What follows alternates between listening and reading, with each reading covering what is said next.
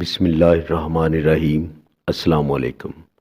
اربوں خربوں درود و سلام حضرت محمد صلی اللہ علیہ وآلہ وسلم پر، ان کی اولاد پر اور آل پر۔ اللہ تعالیٰ مغفرت فرمائے آپ کی، میری اور تمام مسلمانوں کی، آمین۔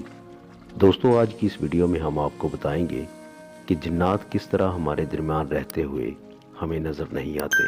قرآن اور سائنس کی روح سے مکمل تفصیل سے آپ کو آگاہ کریں گے۔ دوستو، اگر ویڈیو کو آپ سکپ کیے بغیر مکمل دیکھ لیتے ہیں تو آپ کو الحمدللہ رب العالمین کا مطلب بھی سمجھ آ جائے گا۔ یوں تو آپ نے زندگی میں ہزاروں بار یہ آیت پڑھی ہوگی، لیکن میں یقین سے کہتا ہوں کہ یہ ویڈیو دیکھنے کے بعد جب آپ کہیں گے الحمدللہ رب العالمین، تو ایسا مزہ آپ کو زندگی میں کبھی نہیں آیا ہوگا۔ جنات اللہ کی مخلوق ہیں، یہ ہمارا یقین ہے۔ وہ آگ سے پیدا کیے گئے ہیں، ان میں شیاطین و نیک صفت دونوں موجود ہیں۔ اس پر بہت کچھ لکھا جا چکا ہے، یہ تھریڈ اس بارے میں نہیں ہے۔ یہ تھریڈ جنات کی سائنٹیفک تشریح کے بارے میں ہے، کیا وہ ہمارے درمیان ہی موجود ہیں، اور زیادہ اہم سوال یہ کہ ہم انہیں دیکھ کیوں نہیں سکتے۔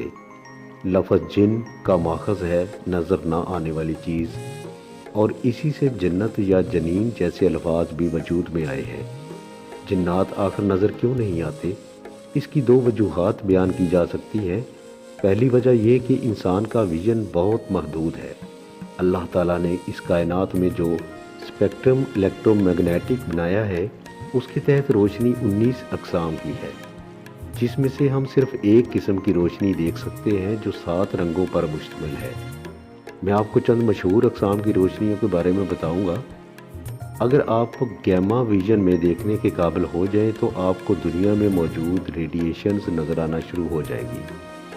اگر آپ مشہور روشنی ایکس رے ویژن میں دیکھنے کے قابل ہوں تو آپ کے لیے موٹی سے موٹی دیواروں کے اندر دیکھنے کی اہلیت پیدا ہو جائے گی۔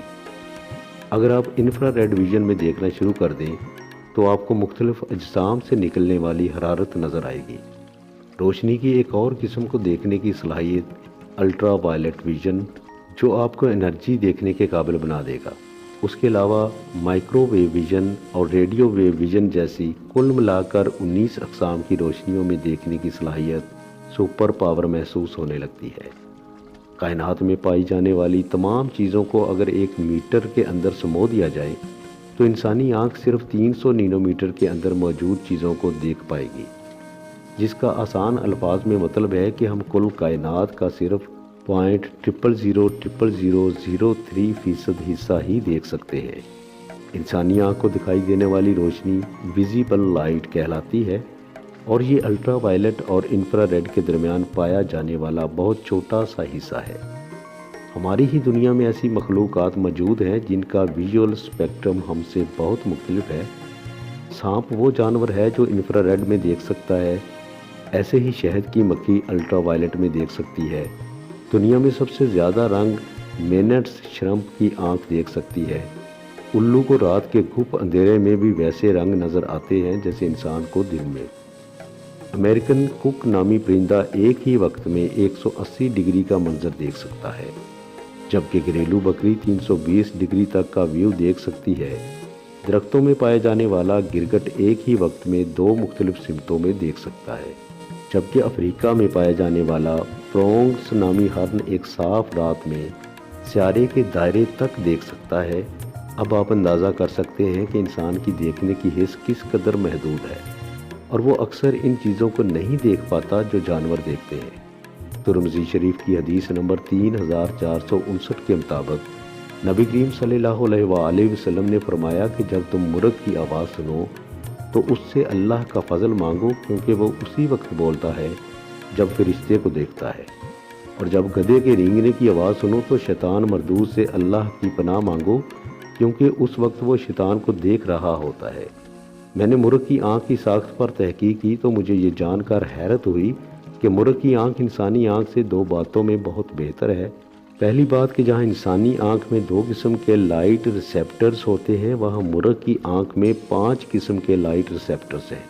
اور دوسری چیز فوبیا، جو انتہائی تیزی سے گزر جانے والی کسی چیز کو پہچاننے میں آنکھ کی مدد کرتا ہے، جس کی وجہ سے مرغ ان چیزوں کو دیکھ سکتا ہے جو روشنی دے۔ اور انتہائی تیزی سے حرکت کریں۔ اور اگر آپ گدھے کی آنکھ پر تحقیق کریں تو آپ دیکھیں گے کہ اگرچہ رنگوں کو پہچاننے میں گدھے کی آنکھ ہم سے بہتر نہیں ہے، لیکن گدھے کی آنکھ میں روڈز کی ریشو کہیں زیادہ ہے، اور اسی وجہ سے گدھا اندھیرے میں درختوں اور سائے کو پہچان لیتا ہے۔ یعنی آسان الفاظ میں گدھے کی آنکھ میں اندھیرے کو پہچاننے کی صلاحیت ہم سے کہیں زیادہ ہے۔ البتہ انسان کی سننے کی حس اس کی دیکھنے کی حس سے بہتر ہے، اگرچہ دوسرے جانوروں کے مقابلے میں پھر بھی کم ہے۔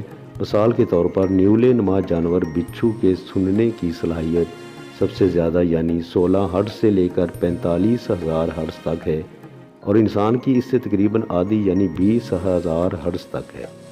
اور شاید اس لیے جو لوگ جنات کے ساتھ واقعات رپورٹ کرتے ہیں وہ دیکھنے کی بجائے سرگوشیوں کا زیادہ ذکر کرتے ہیں۔ ایک سرگوشی کی فریکوینسی تقریباً 150 ہرٹز ہوتی ہے، اور یہی وہ فریکوینسی ہے جس میں انسان کا اپنے ذہن پر کنٹرول ختم ہونا شروع ہوتا ہے۔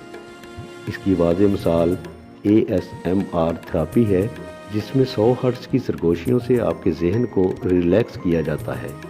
اس تھریڈ کے شروع میں نے جنات کو نہ دیکھ پانے کی 2 ممکنہ وجوہات کا ذکر کیا تھا، جن میں سے ایک تو میں نے بیان کر دی، لیکن دوسری بیان کرنے سے پہلے میں ایک چھوٹی سی تھیوری سمجھانا چاہتا ہوں۔ سن 1803 میں ڈالٹن نامی سائنسدان نے ایک تھیوری پیش کی کہ کسی مادے کی سب سے چھوٹی اور نظر نہ آنے والی کوئی اکائی ہوگی، اور ڈالٹن نے اس اکائی کو ایٹم کا نام دیا۔ اس بات کے بعد 100 سال گزرے جب تھامسن نامی سائنسدان نے ایٹم کے گرد مزید چھوٹے چھوٹے ذرات کی نشاندہی کی جنہیں الیکٹرانز کا نام دیا گیا ہے۔ پھر 7 سال بعد ردرفورڈ نے ایٹم کے نیوکلیس کا اندازہ لگایا۔ صرف 2 سال بعد بوہر نامی سائنسدان نے بتایا کہ الیکٹرانز ایٹم کے گرد گھومتے ہیں، اور 10 سال بعد 1926 میں شورڈنگز نامی سائنسدان نے ایٹم کے اندر بھی مختلف اقسام کی انرجی کے بادلوں کو دریافت کیا۔ جو چیز 200 سال پہلے ایک تھیوری تھی، آج وہ ایک حقیقت ہے، اور آج ہم سب ایٹم کی ساخت سے واقف ہیں، حالانکہ اسے دیکھ پانا آنکھ کے لیے آج بھی ممکن نہیں۔ ایسی ہی ایک تھیوری 1960 میں پیش کی گئی جسے سٹرنگ تھیوری کہتے ہیں۔ اس کی ڈیٹیلز بتانے سے پہلے میں ایک بات کی وضاحت کرنا چاہتا ہوں کہ انسان کی حرکت آگے اور پیچھے، دائیں اور بائیں، اوپر اور نیچے ہونا ممکن ہے، جسے 3 ڈائمینشنز یا 3 ڈائمینشنز کہتے ہیں۔ ہماری دنیا یا ہمارا عالم انہی 3 ڈائمینشنز کے اندر قید ہے، ہم اس سے باہر نہیں نکل سکتے۔ لیکن سٹرنگ تھیوری کے مطابق مزید 11 ڈائمینشنز موجود ہیں۔ ان میں 11 کی 11 ڈائمینشنز میں ممکن ہو سکنے والی باتیں بتاؤں گا۔ اگر آپ پہلی ڈائمینشنز میں ہیں تو آپ آگے اور پیچھے حرکت کر سکیں گے، اور اگر آپ دوسری ڈائمینشنز میں داخل ہو جائیں تو آپ آگے پیچھے اور دائیں بائیں حرکت کر سکیں گے۔ تیسری ڈائمینشنز میں آپ آگے پیچھے، دائیں بائیں اور اوپر نیچے ہر طرف حرکت کر سکیں گے، اور یہی ہماری دنیا یا جسے ہم اپنا عالم کہتے ہیں۔ اگر آپ کسی طرح سے چوتھی ڈائمینشنز میں داخل ہو جائیں تو آپ وقت میں بھی حرکت کر سکیں گے۔ 5ویں ڈائمینشنز میں داخل ہونے پر آپ اس عالم سے نکل کر کسی دوسرے عالم میں داخل ہونے کے قابل ہو جائیں گے، جیسا کہ عالم ارواح۔ 6ٹھی ڈائمینشنز میں آپ 2 یا 2 سے زیادہ عالموں میں حرکت کرنے کے قابل ہو جائیں گے، اور میرے ذہن میں عالم اسباب کے ساتھ عالم ارواح اور عالم برزخ کا نام آتا ہے۔ 7ویں ڈائمینشنز آپ کو اس قابل بنا دے گی کہ اس عالم میں بھی جا سکیں گے جو کائنات کی تخلیق سے پہلے یعنی بگ بینگ سے پہلے کا تھا۔ 8ویں ڈائمینشنز آپ کو تخلیق سے پہلے کے بھی مختلف عالموں میں لے جانے کے قابل ہوگی۔ 9ویں ڈائمینشنز ایسے عالموں کا سیٹ ہوگا جن میں سے ہر عالم میں فزکس کے قوانین ایک دوسرے سے مکمل مختلف ہوں گے۔ ممکن ہے کہ وہاں کا ایک دن ہمارے 50,000 سال کے برابر ہوگا۔ اور آخری اور 10ویں ڈائمینشنز، اس میں آپ جو بھی تصور کر سکتے ہیں، جو بھی سوچ سکتے ہیں، اور جو بھی آپ کے خیال میں گزر سکتا ہے ڈائمینشنز میں، وہ سب کچھ ممکن ہوگا۔